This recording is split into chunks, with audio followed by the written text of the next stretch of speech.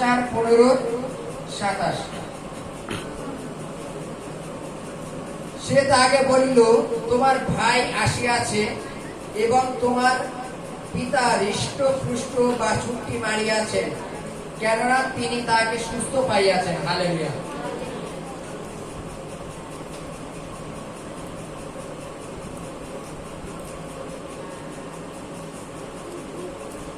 বাইবেলে এখানে একটা হারানো পুত্রের দৃষ্টান্ত দেওয়া আছে, হারানো ছেলে। বিভিন্ন ক্ষেত্রে দেখবার নিউজে খবরে দেখা যায় যে অমুকের ছেলে নিরুদ্দেশ হয়ে গেছে, মা বাবা নিরুদ্দেশ হয়ে গেছে, এবং ছবি দিয়ে দেয় যে হাইট এতটা, জামা প্যান্ট পরা এতটা, অমুক জায়গার থেকে হারিয়ে গেছে। কেউ যদি ঠিকানা পান ওই অমুক থানায় যোগাযোগ করবেন, ফোন নাম্বার টাম্বার দিয়ে দেয়, জানেন। এবার মনে করো কোন এক ছেলে হারিয়ে গেছে, 1 মাস পরে সেই ছেলে যখন বাড়ি ফিরে যাবে, সেই মা বাবার অবস্থা কি হয়? হ্যাঁ, হয়তো আনন্দ নাকি? আজকে তদানুসারে জগৎ সংসারে আমরা যখন পৃথিবীতে সৃষ্টি হয়েছি তখন আমাদের মধ্যে পাপ ছিল না, কিন্তু যখনই আস্তে আস্তে বড় হওয়া চালু হচ্ছে আমাদের মধ্যে পাপ, তাই তো নাকি? আর এই পাপটা আসে কোথা থেকে? এই পাপটা আসে কোথা থেকে?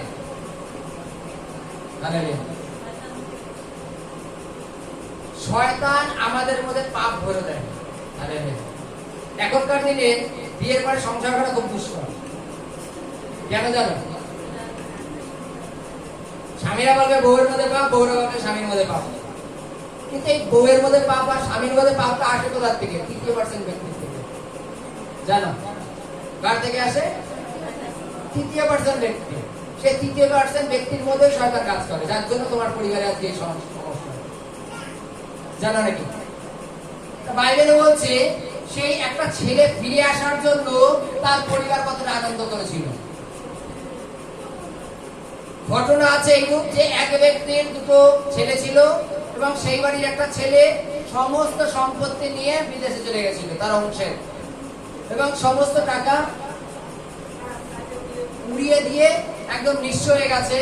নিঃস্ব হয়ে গিয়ে তারপরে বাড়ি ফিরে এসছে। হালেলুয়া। কোন জগৎ সংসার মনে করো কারো 2 ভাই আছে এবং সেম একই ঘটনা হয়েছে, তার পরিবারে একই ঘটনা যে তার বাবার হয়তো 2 কোটি টাকা ছিল, 2 ভাইয়ের 1 কোটি 1 কোটি দিয়ে তার বাবা একদম শান্ত হয়ে গেছে। হওয়ার পরে 1 কোটি টাকা নিয়ে একটা ছেলে বিদেশে চলে গিয়ে একদম আয়েশ করে বেড়ালো, আর এক ছেলে টাকা নিয়েছে ওই বাবাকে যেহেতু কোথায় বা তাড়িয়ে দেবে ওর জন্য ঘরের একটা কোণায় রেখে বাবাকে মোটামুটি খাওয়া দাওয়া দিয়ে লালন পালন করে রেখেছে আর কি। এবার প্রসঙ্গ হচ্ছে যে ছেলে সেই 1 লাখ টাকা 1 কোটি টাকা উড়িয়ে দেওয়ার পরে যখন বাড়ি আসে সমস্ত নিঃস্ব করে, আরেকটা ভাই একটা অভিযোগ তো থাকে নাকি যে আমার টাকার থেকে তোকে আর কোনো অংশী দেব না, আমার টাকার থেকে কোনো অংশী দেব না। কিন্তু আনন্দের তো অংশী করা যায় নাকি? টাকার অংশী দেওয়ার দরকার নেই, আনন্দের অংশী তো করা যায়। টাকার অংশী আলাদা, আনন্দের অংশীটা আলাদা, বুঝি তো নাকি? টাকাটা হচ্ছে জাগতিক একটা মুদ্রা, কিন্তু আত্মার যে শান্তি ওটা হচ্ছে প্রভু থেকে আসে। বাইবেলে বলছে যখন তার ছেলে ফিরে আসলো তার বাবা এতটা আনন্দ করছিল,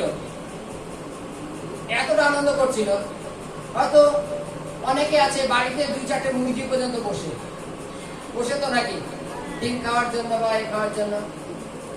এবার সেই হারানো ছেলেটা হয়তো সন্ধ্যাবেলা চলে এসছে, বাজারে যাওয়ার সময় নেই, জম্পে তো একটা মুরগি হলো কেটে রান্না করবে না? যে মুরগি ডিম খাওয়ার জন্য রেখেছে সেই মুরগিটা কেটেও রান্না করবে। কেন? আনন্দের জন্য, যে আমার ছেলে ফিরে আসলো, আমি কেন মানে খারাপ জিনিস খাবো, ভালো জিনিস খাবো, ভালো কিছু খাওয়াবো।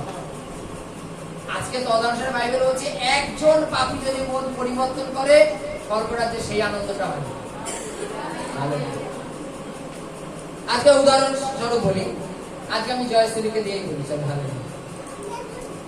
যতক্ষণ ও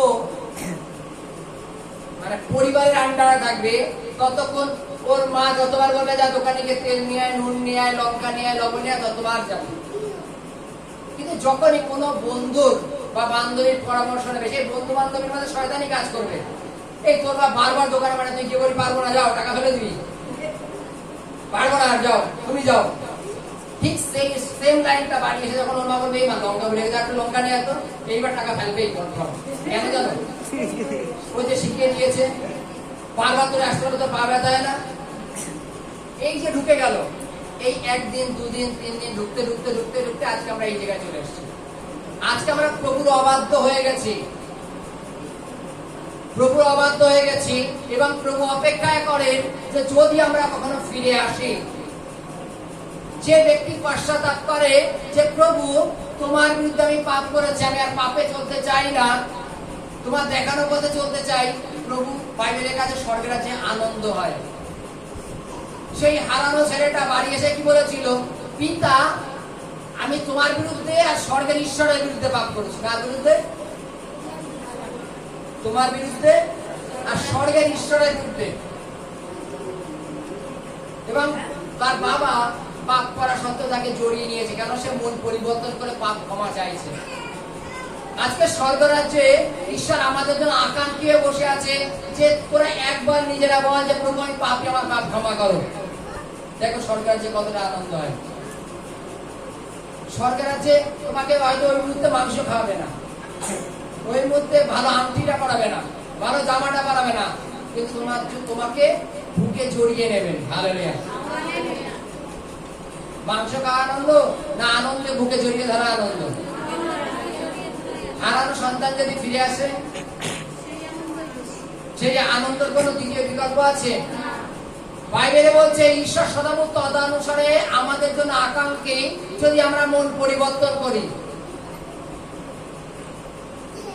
আমরা প্রতিনিয়ত পাপ করছি। যেমন জয়শ্রীকে যে উদাহরণ দিলাম, এইভাবে কিছু কথার মাধ্যমে করতে করতে করতে আমরা ঈশ্বর সদাবুক থেকে পাপে চলে গেছি।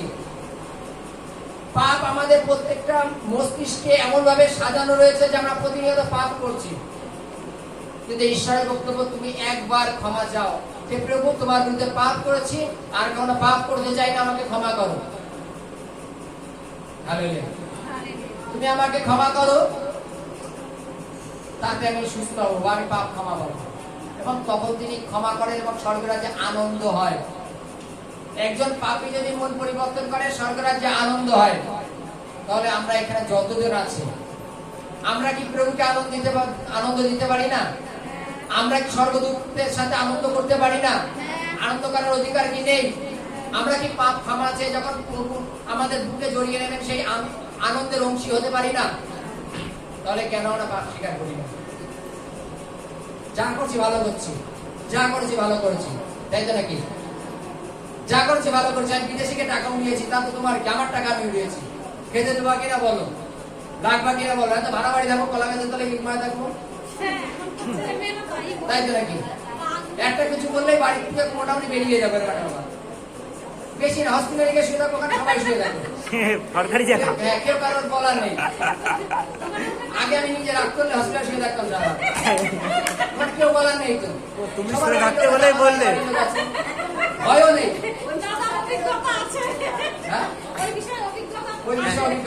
ওই জন্যই বললে উদাহরণটা। ওখানে কেউ বলার নেই।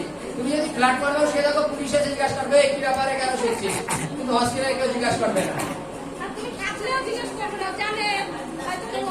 বুঝতে পেরেছো? কেন খাওয়া লাগবে না? পাশে কারোর সাথে বন্ধুত্ব হতে সেটাকে আপনি একটা বিস্কুট দেবে, চা বিস্কুট দেবে। চলো হালেলুয়া। জয় যিশু।